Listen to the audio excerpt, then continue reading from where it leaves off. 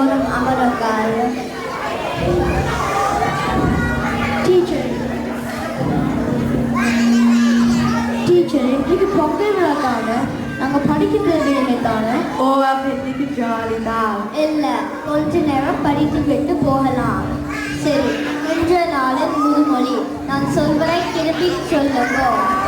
நெஞ்சாவை பொய்தனை சொல்ல வேண்டாம். நெஞ்சால பொய்தனை சொல்ல வேண்டாம். ஏன் டீச்சர், வாயால தானே போய் சொல்லுது, நெஞ்சால எப்படி போய் சொல்ல முடியும்? இது நகைச்சுவை அல்ல. ஔவையார் எமக்கு தந்த உலக நீதி மனிதனால் கடைபிடிக்க வேண்டிய சமமான விடயங்களை ஔவையார் தந்துள்ளார்.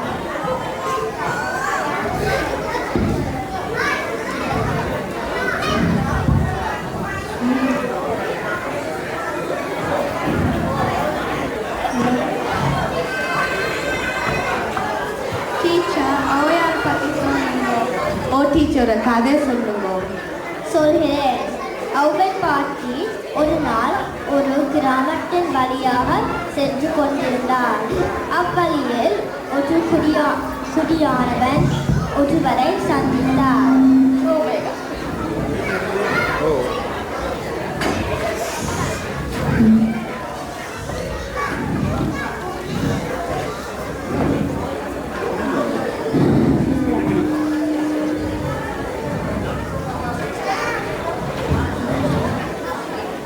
ஹலோ.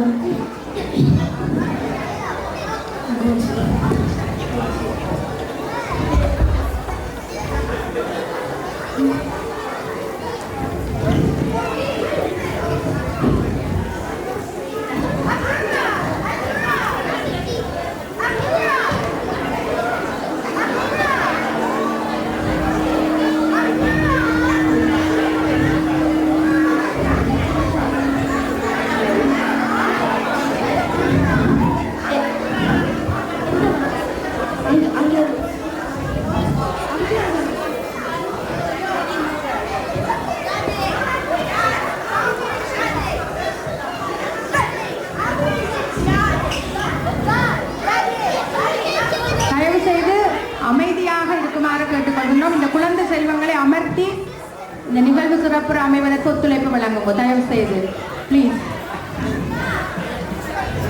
பழனியப்பா ஞான பழனியப்பா. தாயே, எங்கு செல்கிறீர்கள்? நீங்கள் மிகவும் சோர்வாக காணப்படுகிறீர்கள். எனது வீட்டுக்கு வந்து உணவருந்தி செல்லுங்கள். நீண்ட தூரம் நடந்து வந்தது களைப்பாகத்தான் இருக்கிறது. உங்கள் அன்புக்கு நன்றி. உங்கள் வீட்டுக்கு வருகிறேன்.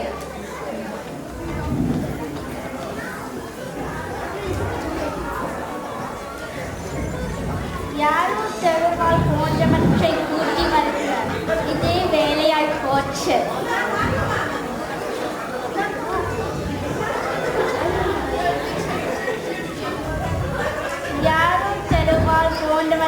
கூட்டி மறுக்கிறார். இதே வேலையாய் போச்சு. அமருங்கள் பாட்டி, இதோ வருகிறேன். ஔவை பாட்டி களைப்போடு இருக்கிறார். உங்கள் வீட்டில் விருந்து உண்ணலாம் என்று அழைத்து வந்தேன். என்னது, உங்களுக்கு பைத்தியமா? அந்த பாட்டியை ஏன் அழைத்து வந்தீர்கள்? சத்தம் போடாதீங்க, பாட்டியில் வெளியில் இருக்கிறார், கேட்க போது. கேட்கட்டும். என்னை அடிக்கவா சுலகு? பாட்டி போன பின் அடியும்.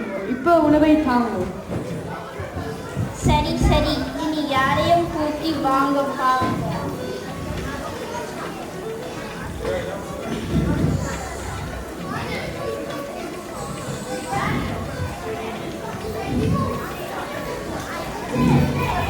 பாட்டிக்கு இலையில் அறுசுவை உணவு பரிமாறப்பட்டது. ஆனால் அவரால் உண்ண முடியவில்லை.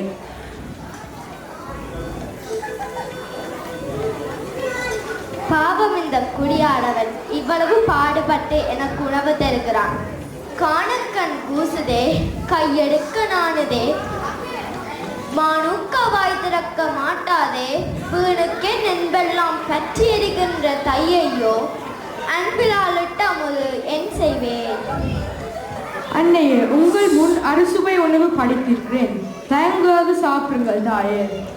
அன்பான மகனே, நீ இந்த உணவை உன் மனைவியோடு சண்டை பிடித்து எடுத்து வந்துள்ளாய். அதனால் என் கை மறுக்கிறது. அன்னையே, சாப்பிடுங்கள் சாப்பிடுங்கள். மன்னித்து விடு மகனே, என்னால் சாப்பிட முடியவில்லை. சென்று வருகிறேன். முடியாது, என்னால் முடியாது. வயது போன பாட்டிக்கு விருந்து கொடுக்க மருத்துவர்களுடன் என்னால் வாழ முடியாது. நான் சந்தியாசம் செல்வதுதான் சரி. என்னை மன்னித்து விடுங்கள். நான் தெரியாமல் தவறு செய்யவிட்டேன். இல்லை, ஒரு கணம் கூட நான் இங்கிருக்க மாட்டேன். மகனே, எங்கு செல்கிறாய்?